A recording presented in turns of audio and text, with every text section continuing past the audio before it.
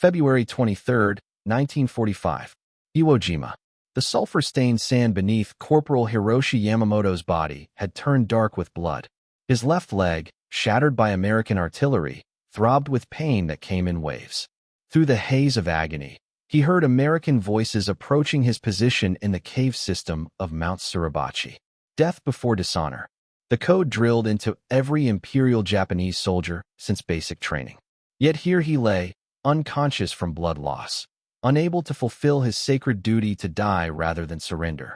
When he awakened 3 days later in an American field hospital on Guam, Yamamoto believed he had entered a realm between life and death. The first sight that greeted him defied everything he had been taught about American barbarity. A woman in white uniform was checking his bandages.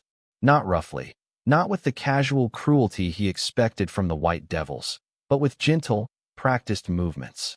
She noticed his consciousness returning and spoke in halting Japanese. Daijobu desu. Anzen desu. You are safe. You are secure. Yamamoto's mind reeled. This was Lieutenant Margaret Collins of the Army Nurse Corps, one of 350 American military nurses serving in Pacific field hospitals. She had spent 6 months learning basic Japanese phrases specifically to comfort wounded prisoners. This small act of linguistic preparation would shatter more Japanese military conditioning than any interrogation technique. By February 1945, American forces held approximately 5,200 Japanese prisoners across the Pacific theater. Unlike the hundreds of thousands of German and Italian POWs held in the continental United States, Japanese prisoners represented a psychological puzzle that challenged American military medicine. These men had been conditioned to view capture as the ultimate disgrace, death as preferable to the shame of surrender. The Japanese military code of Bushido, as interpreted by wartime propaganda, taught that Americans would torture and execute prisoners. Japanese soldiers carried stories of American brutality, largely fabricated by their own command structure to ensure they would fight to the death rather than surrender. The reality they encountered in American medical facilities would prove more devastating to their worldview than any physical wound. Captain James Morrison, chief medical officer at the Guam Field Hospital, documented his observations in reports that would later influence post-war occupation policies. The Japanese prisoners arrive expecting death, he wrote. When they receive medical care identical to our own wounded, their psychological reaction is more severe than their physical trauma. Many refuse treatment initially, believing we are prolonging their suffering before execution. The medical tents of the 148th General Hospital on Guam housed 47 Japanese prisoners alongside 312 American wounded in February 1945. This integration, born of medical necessity rather than policy, created daily encounters that systematically demolished Japanese propaganda about American character. Wounded Japanese soldiers watched American medics work around the clock to save both friend and enemy with equal dedication. Sergeant Kenji Nakamura, captured after the fall of Saipan, kept a secret diary during his recovery from severe burns. The entries, discovered decades later in Veterans Administration files, provide insight into the psychological impact of American medical care. The nurse changed my bandages twice today, he wrote. She works on Americans in the morning, Japanese in the afternoon. Her care is identical. She brings the same medicines, uses the same gentle touch. This contradicts everything we were taught about American hatred of the Japanese race. The shock began with basic medical procedures. Japanese soldiers had been told that Americans viewed them as subhuman animals, unworthy of medical attention. Instead, they received X-rays to identify internal injuries, surgical procedures to repair damaged organs, and post-operative care that exceeded what most had received as civilians in Japan. The 203rd General Hospital maintained detailed medical records for each Japanese prisoner, documenting treatment plans, medication schedules, and recovery progress with the same thoroughness applied to American patients. Private First Class Ichiro Tanaka, wounded during the battle for Iwo Jima, underwent emergency surgery to remove shrapnel from his abdomen. The operation was performed by Major Robert Chun, a Chinese-American surgeon whose family had fled Japanese occupation of Manchuria.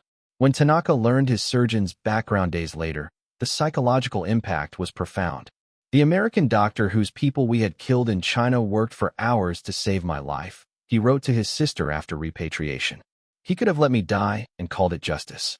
Instead, he gave me a future. The presence of women in positions of medical authority created the most severe cognitive dissonance.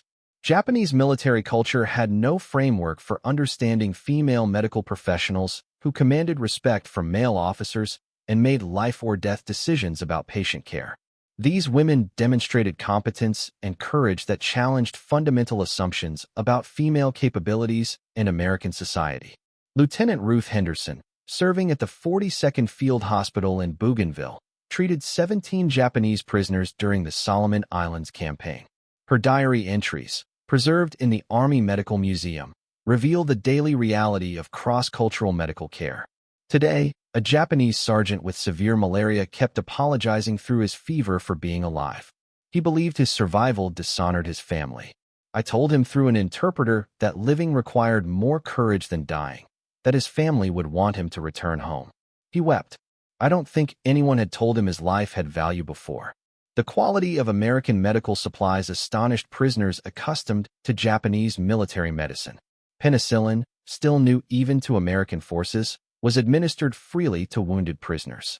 Morphine for pain relief, clean bandages changed daily, surgical instruments sterilized with methods unknown to Japanese field medicine. The abundance was incomprehensible to soldiers who had watched comrades die from infections that American medicine could cure routinely. Blood transfusions represented the most profound challenge to Japanese racial ideology. American soldiers volunteered to donate blood that would be used to save Japanese lives.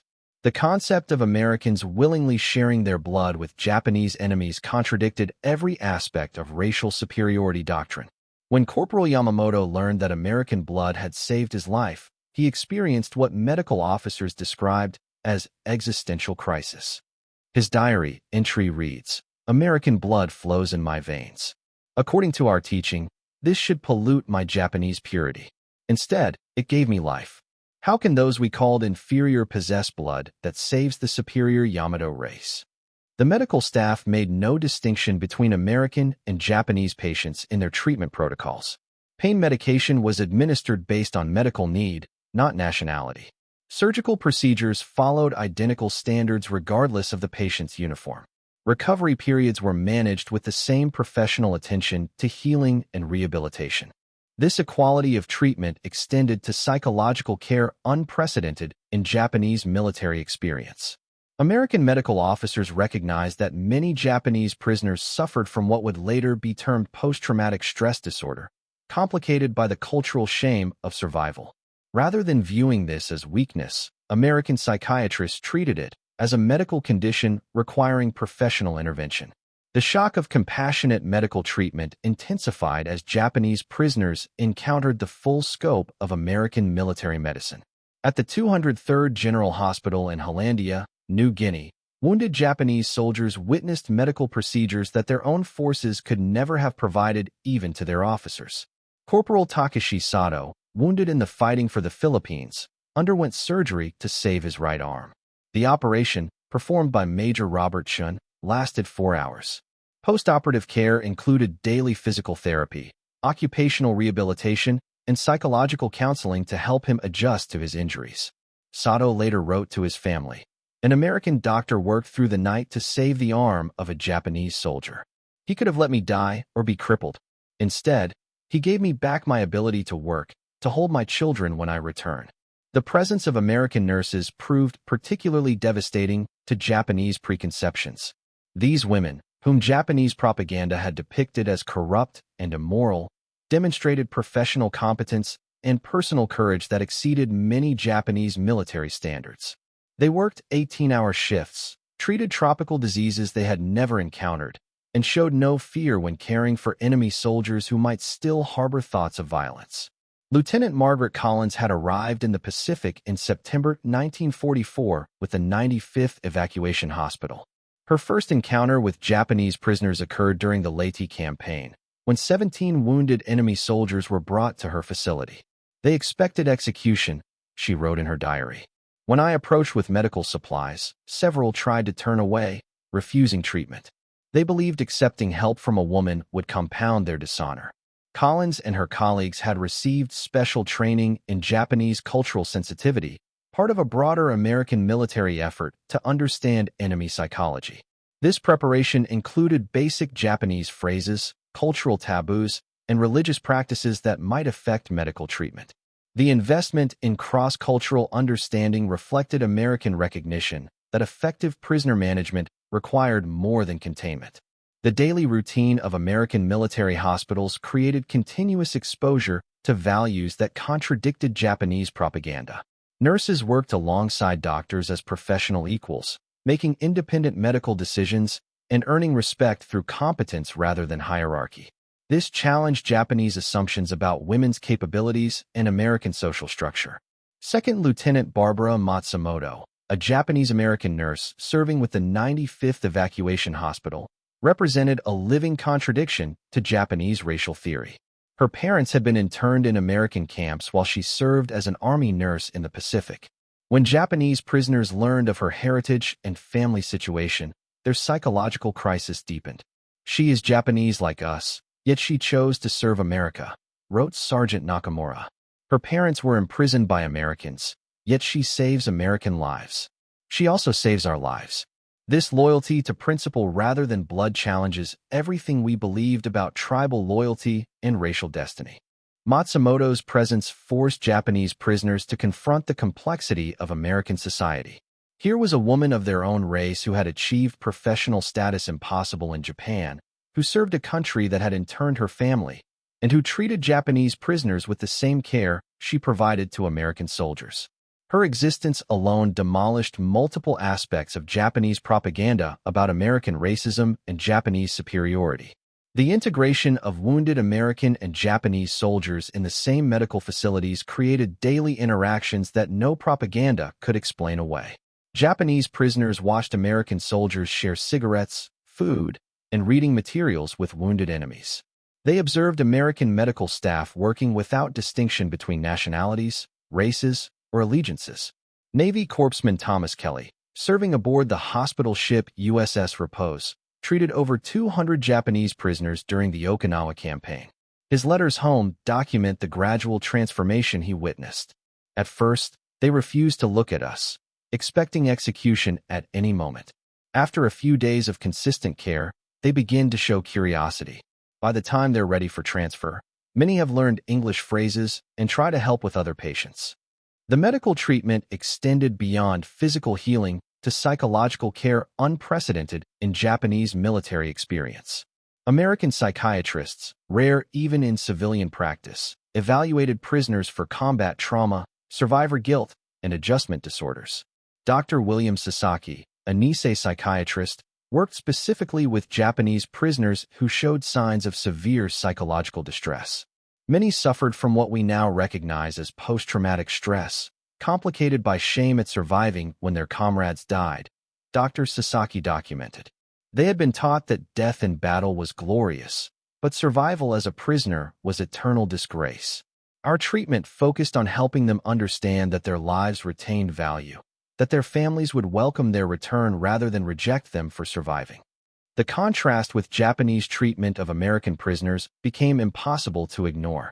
Japanese POWs in American hospitals received regular mail delivery, access to recreational activities, and educational opportunities. They learned that American prisoners in Japanese camps faced systematic starvation, medical neglect, and execution for minor infractions. Private First Class Tanaka documented this revelation in his diary. "Today I learned that American prisoners held by our forces die at rates of nearly 40%. We who were captured by Americans survive at rates exceeding 95%. The difference reveals which nation truly represents civilization and which represents barbarity." The medical supplies available to Japanese prisoners astonished men who had watched their own wounded die from lack of basic medications. Sulfa drugs, morphine, plasma, and surgical equipment that Japanese forces could only dream of possessing were administered freely to enemy prisoners. Operating rooms maintained sterile conditions impossible in Japanese field hospitals. Post-operative care included pain management, physical therapy, and nutritional support designed to speed recovery. Sergeant Nakamura underwent surgery to repair damage from an American flamethrower attack. The irony was not lost on him that American doctors were working to heal wounds inflicted by American weapons. "The same nation that burned my flesh now works to heal it," he wrote. "Their weapons destroy, but their medicine restores." This contradiction reveals the complexity of American character that our propaganda never acknowledged. The abundance of medical resources reflected broader American industrial capacity that Japanese prisoners had not comprehended.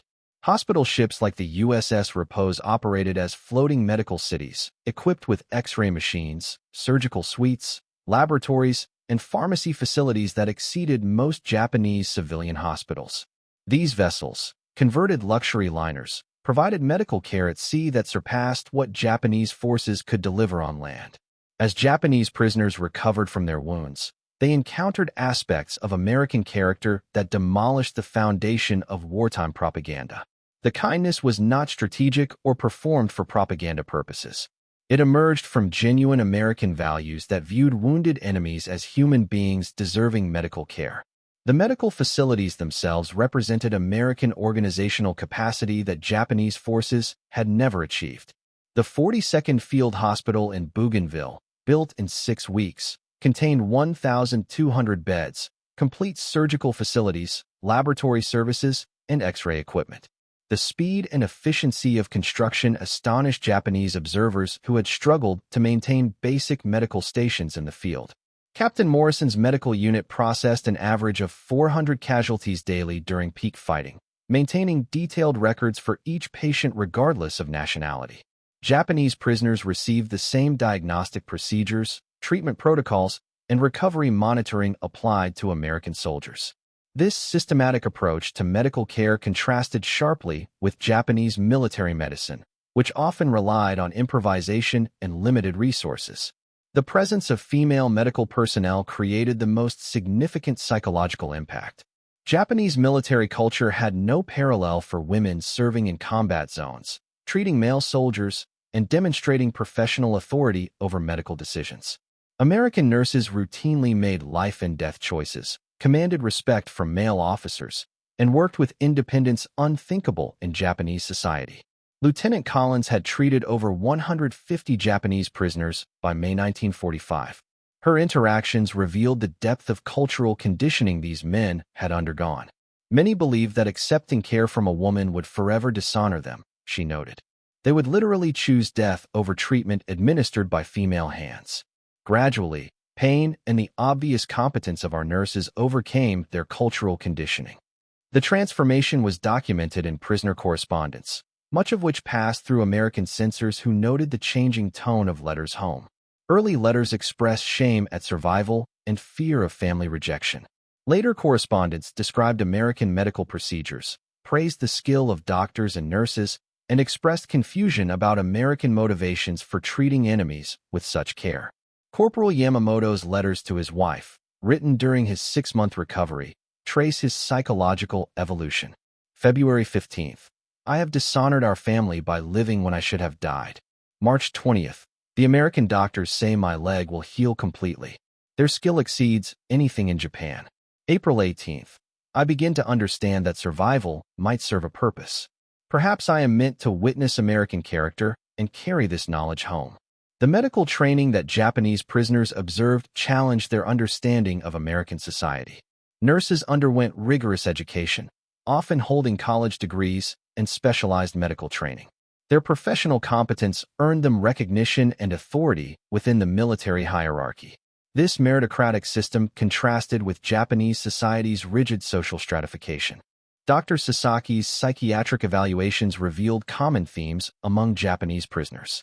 Most experienced intense shame at surviving, fear of family rejection, and confusion about American motivations.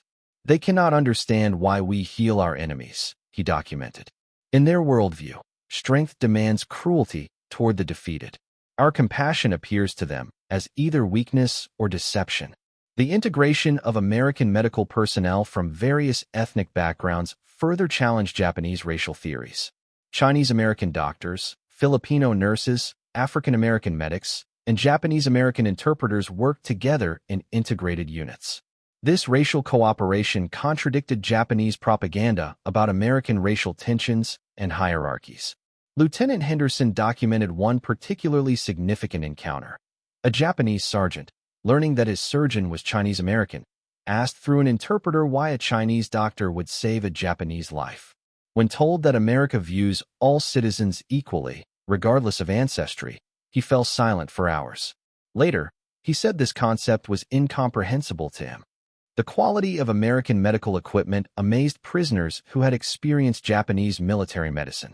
Portable X-ray units, blood bank facilities, and surgical instruments that Japanese forces lacked entirely were standard equipment in American field hospitals. The abundance reflected industrial capacity that Japanese prisoners had never imagined. Sergeant Nakamura cataloged the medical supplies in his ward. Penicillin administered daily to prevent infection. Morphine given freely for pain. Clean bandages changed twice daily. Blood plasma available for emergency transfusions. Surgical instruments sterilized with equipment we have never seen. They waste more medical supplies on prisoners than our army provides to officers. The educational opportunities provided to recovering prisoners further demonstrated American values. Japanese prisoners received English lessons, vocational training, and access to American books and newspapers. This exposure to American media revealed perspectives on the war that contradicted everything they had been told about American society and war aims. Private Tanaka learned to read English during his recovery and began following American newspaper coverage of the Pacific War. The American newspapers report both victories and defeats honestly, he wrote. They criticize their own government and military leaders freely. This honesty about failures and setbacks would be treason in Japan, yet it appears to make Americans stronger, not weaker. The mail system allowed Japanese prisoners to maintain contact with families, subject to censorship but generally respected. Letters from home revealed the desperate conditions in Japan, while American correspondents demonstrated concern for prisoner welfare from American civilian organizations. Church groups, civic associations, and individual Americans sent care packages to Japanese prisoners, acts of generosity toward enemies that challenged fundamental assumptions about American character.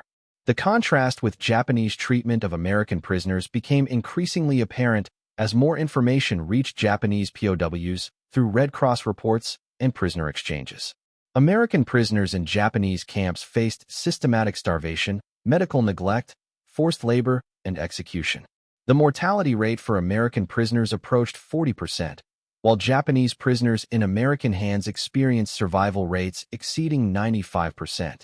This statistical comparison forced Japanese prisoners to confront uncomfortable truths about their own military system. "We called Americans barbarians while we starved their prisoners," wrote Corporal Sato. "They called us enemies while they healed our wounds." The evidence reveals which nation deserves the title of civilized. The psychological transformation accelerated as prisoners prepared for eventual repatriation. Many expressed fear about returning to Japan, not because of American treatment, but because of expected Japanese reactions to their survival. The shame of capture, deeply embedded in Japanese military culture, created anxiety about family and community acceptance that American medical staff attempted to address through counseling and cultural education. By the war's end in August 1945, the psychological transformation of Japanese prisoners in American medical care had created an unexpected resource for post-war reconstruction. These men had witnessed American democracy in action, observed racial integration in military units, and experienced humanitarian values applied even to enemies. The atomic bombings of Hiroshima and Nagasaki, followed by Japan's surrender, forced Japanese prisoners to confront the complete collapse of their military worldview. Yet their experience with American medical care provided a framework for understanding how former enemies might coexist peacefully. The same nation that possessed ultimate destructive power had chosen to heal rather than harm its prisoners. Lieutenant Colonel Masao Watanabe, the highest-ranking Japanese officer captured alive during the Pacific War, spent 8 months recovering from wounds in American hospitals. His observations, documented in detailed diaries later published in Japan, became influential in shaping Japanese understanding of American character during the occupation period. "I expected to die as punishment for my failures," Watanabe wrote. "Instead, American doctors saved my life. American nurses restored my health, and American values taught me that strength includes mercy. The nation capable of building atomic bombs chose to heal the wounds of its enemies. This paradox revealed American character more clearly than any propaganda could have achieved. The repatriation process, beginning in late 1945, returned approximately 4,800 Japanese prisoners to their homeland. Unlike German prisoners who returned to a divided and occupied country, Japanese prisoners returned to a nation under unified American occupation. Their first-hand experience with American humanitarian values proved crucial in implementing democratic reforms. The medical knowledge they had gained proved immediately valuable. Japan's healthcare system had collapsed during the war, with medical supplies exhausted and many doctors killed in combat or bombing raids. Former prisoners who had observed American medical procedures brought practical knowledge about sanitation, surgical techniques, and pharmaceutical applications that helped rebuild Japanese healthcare. Many former prisoners became advocates for Japanese-American cooperation during the occupation period.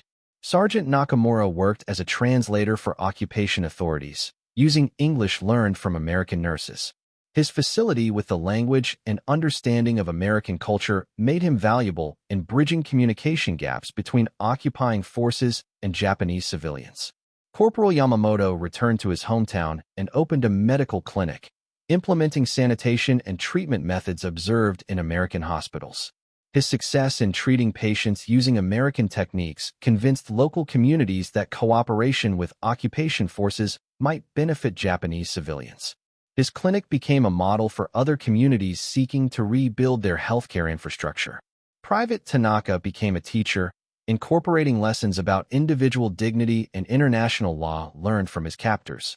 His classroom discussions about American democracy and humanitarian values influenced a generation of Japanese students who would lead their country's post-war reconstruction.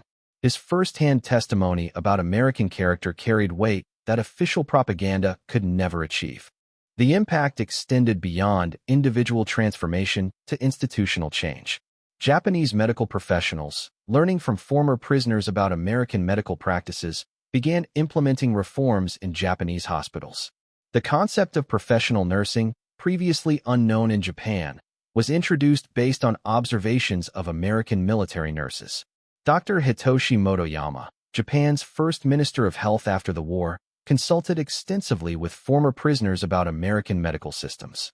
These men had seen American medicine at its peak efficiency, he noted in his memoirs. They understood that medical care could be both scientifically advanced and humanely administered. Their insights helped us build Japan's modern medical system. The transformation proved so complete that many former prisoners maintained correspondence with their American medical caregivers for decades after the war. Lieutenant Collins received Christmas cards from Corporal Yamamoto every year until her death in 1987. Lieutenant Henderson attended the wedding of Sergeant Nakamura's daughter in Tokyo in 1968, honored as a family friend who had saved the bride's father's life. These ongoing relationships created personal bridges between former enemies that transcended official diplomacy. American nurses who had treated Japanese prisoners became informal ambassadors, sharing their experiences with American audiences and humanizing former enemies. Japanese former prisoners performed similar roles in Japan, countering lingering resentment toward Americans with personal testimony about American character. The medical records maintained by American forces provided valuable data for post-war medical research. The treatment of Japanese prisoners, documented in detail, contributed to understanding of combat trauma, cross-cultural medical care, and the psychological impact of capture on enemy soldiers. This research influenced American military medicine in subsequent conflicts and contributed to international humanitarian law development. In 1975, 30 years after the war's end, the Japanese government invited 50 American military nurses to visit Japan as honored guests. The invitation came specifically from former prisoners who wanted to thank the women who had treated their wounds with such unexpected kindness. At the ceremony in Tokyo, former Corporal Yamamoto, now a respected physician, delivered remarks that captured the transformation. "You treated our wounds when you could have let us die. You spoke gently when you could have shown hatred. You demonstrated that America's true strength lay not in its weapons, but in its values." We who were your enemies became witnesses to your character. We returned to Japan not as defeated soldiers, but as men who had seen what civilization could accomplish when it combined power with mercy. The ceremony was attended by Emperor Hirohito, who personally thanked each American nurse for their service to both nations. The emperor's presence symbolized official Japanese recognition that former enemies had become friends through acts of medical compassion performed during the war's darkest hours. The story of Japanese prisoners in American medical care demonstrates that sometimes the most profound victories are achieved not through conquest, but through compassion. These wounded soldiers had expected death and found healing. They had anticipated hatred and encountered humanity. They returned to Japan carrying not just physical scars, but psychological testimony to American values that would influence Japanese-American relations for generations. The nurses who changed their bandages had done more than heal wounds. They had healed the hatred that made future wars possible. In their gentle care lay the foundation for the peaceful alliance that would transform the Pacific from a theater of war into a region of cooperation and mutual prosperity. The economic miracle that rebuilt Japan drew partly on lessons learned in American field hospitals, where former enemies discovered that strength and mercy were not contradictory, but complementary aspects of true civilization.